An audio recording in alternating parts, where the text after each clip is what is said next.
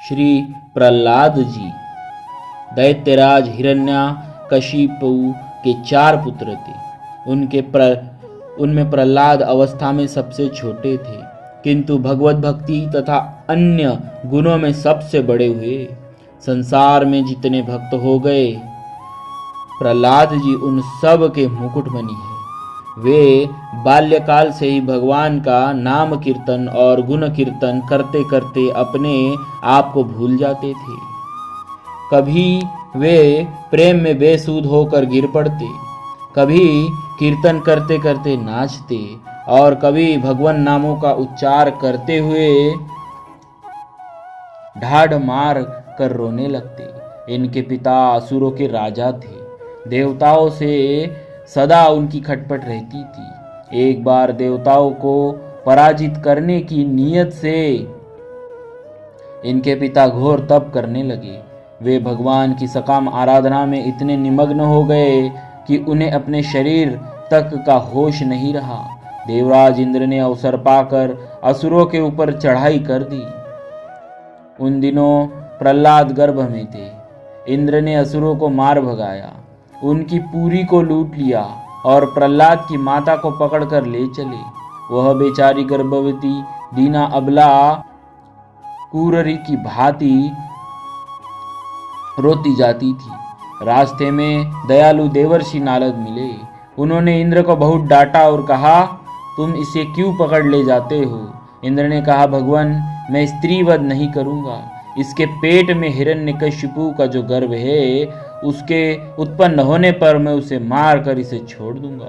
देवर्षि ने अपनी दिव्य दृष्टि से देखकर कहा, अरे, इसके गर्भ में परम भागवत पुत्र है, इससे तुम्हें कोई भय नहीं, इसे छोड़ जाओ। देवर्षि की आज्ञा पाकर इंद्र ने उसे छोड़ दिया। देवर्षि उसे अपने आश्रम पर ले गए। यहाँ लाकर वे प्रहलाद की माता का मन बहलाने के लिए भांति भांति के भगवत चरित्रों का कहा करते थे। गर्भ में स्थित प्रहलाद जी ने माता के गर्भ में ही भक्ति का समस्त ज्ञान प्राप्त कर लिया। पीछे हिरण्यकशिपु के आने पर प्रहलाद की माता घर आ गई और वही प्रहलाद जी का जन्म हुआ। ये जन्म से ही भक्ति की बातें किया करते थे। बच्चों में खेलते खेलते ये उन्हें भगवान नाम कीर्तन का उपदेश किया करते थे और स्वयं सबसे कीर्तन कराते थे। 5 वर्ष की अवस्था होने पर हिरण्यकशिपु ने अपने गुरु के पुत्र षंड और अकर्म के यहाँ इन्हें पढ़ने भेजा, किंतु ये तो समस्त शास्त्र माता के पेट में ही पढ़ चुके थे।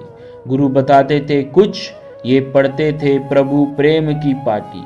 एक दिन पिता ने पूछा, तुमने जो सबसे अच्छी बात अब तक पढ़ी हो उसे बताओ। प्रहलाद जी बोले, सबसे अच्छी बात तो यही है कि इन सब प्रपंचों को छोड़कर भगवत भक्ति में शीघ्र से शीघ्र लग जाना चाहिए। अपने पुत्र के मुंह से भगवत भक्ति की बात सुनकर हिरण्यकशिपु बहुत क्रोधित हुआ। पुत्र को मारने दौड़ा। गुरु पुत्र को भला बुरा कहा। जैसे तैसे समझा बुझाकर लोगों ने प्रहलाद को छुड़ा दिया। हिरण्यकशिपु ने यह कहकर कि अब कभी मेरे शत्रु विष्णु का नाम मत लेना, पुत्र को छोड़ दिया। प्रहलाद जी भला हरिनाम कब छोड़ने वाले थे? वे नए उत्साह के साथ भगवत कीर्तन में तल्लीन हो गए। अपने सहपाठियों से भी कहते, सच्चा पढ़ना तो भगवान की शरण जाना ही है। सांसारिक पदार्थों के नाम पढ़ना अज्ञान की ओर बढ़ना है। ये दिन रात भगवान के नामों और गुणों के कीर्तन में ही निमग्न रहते।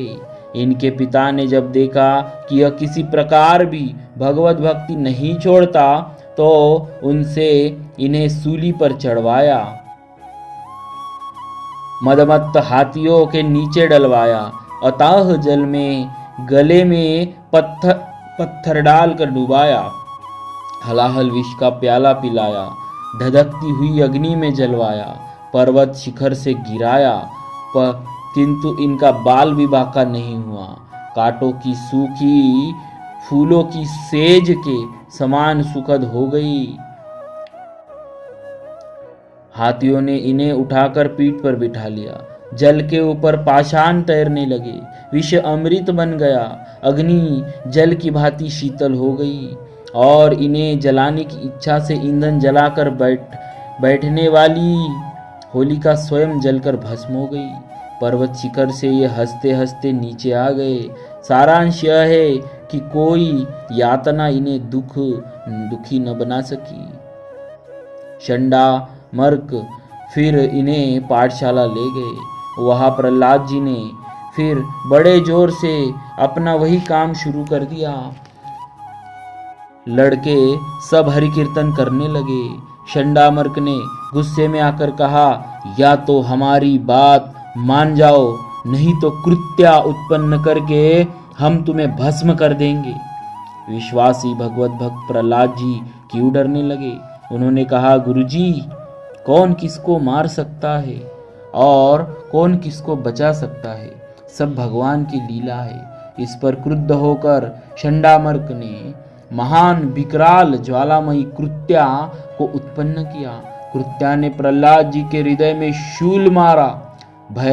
भक्त भयहारी भगवान की शक्ति से सुरक्षित प्रहलाद जी की छाती पर लगते ही शूल टूक हो गया। कृत्या परास्त होकर लौटी और दोनों ब्राह्मणों को मारकर स्वयं भी नष्ट हो गई। अपने कारण गुरुओं की मृत्यु होते देखकर प्रहलाद जी का संत हृदय पिघल गया। उन्होंने कातर कंठ से भगवान से बार बार प्रार्थना की और कहा कि मुझे मारने वाले, जहर देने वाले, सूली पर चढ़ाने वाले, आग में जलाने वाले, पहाड़ से गिराने वाले, समुद्र में फेंकने वाले, मनुष्यों से और डसने वाले सर्पों से, पैरों तले रौंदने वाले हाथियों से यदि मेरे मन में कुछ भी द्वेष न हो, मैं सबको अपना आत्मा और मित्र ही मानता हूँ। किसी के भी अनिष्ट जरा भी मेरी इच्छा न हो। तो ये मेरे दोनों गुरु जी उठे। प्रहलाद जी की प्रार्थना से शंडामर्क जी उठे और प्रहलाद जी को आशीर्वाद देने लगे। क्षमाशील प्रहलाद जी की महिमा अनंत काल के लिए सुप्रतिष्ठित हो गई। संत की यही तो विशेषता है, वह बुरा करने वालों का भी भला करता है। उमा संत कही यह बड़ाई, मंद करत जो करहि भलाई।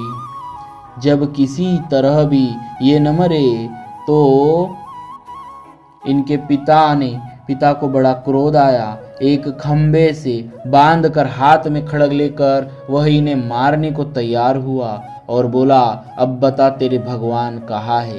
प्रहलाद जी निर्भीकता से कहे, भगवान सर्वत्र है, मुझ में, तुम में, खड़ग और खंबे में, सर्वत्र वे श्रीहरि व्याप्त थे। हिरण्यकशिपु ने कहा, तब फिर इस खंबे में क्यों नहीं दिखते। इतना कहना था कि भगवान आधे मनुष्य और आधे सिंह रूप में उस खंबे में से प्रकट हुए। उस अद्भुत नरसिंह रूप को देखकर हिरण्यकशिपु डर गया। भगवान ने जल्दी से उसे घुटनों पर रखकर उसके पेट को फाड़ दिया। सब देवता प्रसन्न हुए, सभी ने भगवान की स्तुति की। भगवान ने प्रेम पूर्वक प्रहलाद को गोद में बिठाया, उसे खूब प्यार किया और वरदान मांगने को कहा। प्रहलाद जी ने कहा, प्रभु मेरे पिता ने आपसे वैर किया था, उनकी दुर्गति न हो। भगवान हंसे और बोले, भैया जिस कुल में तुम्हारे जैसे भगवत भक्त हुए उस कुल की 7 पीढ़ी पहली और 7 आगे की और 7 मातृपक्ष की, इस प्रकार 21 पीढ़ियां तो स्वतः तर गई, तुम्हारे पिता भी तर गए। अंत में प्रहलाद जी ने भगवान में अहेतु की भक्ति का वरदान मांगा। भगवान ऐसा वरदान देकर और प्रहलाद जी का राज तिलक करके अंतर्धान हो गए। प्रहलाद बहुत काल तक असुरों के सिंहासन पर राज्य करते रहे। अंत में अपने पुत्र विरोचन को राज्य देकर वे भगवान की भक्ति में तल्लीन हो गए। इसीलिए प्रहलाद प्रातः स्मरणीय भक्तों में सर्वप्रथम स्मरण किए जाते हैं।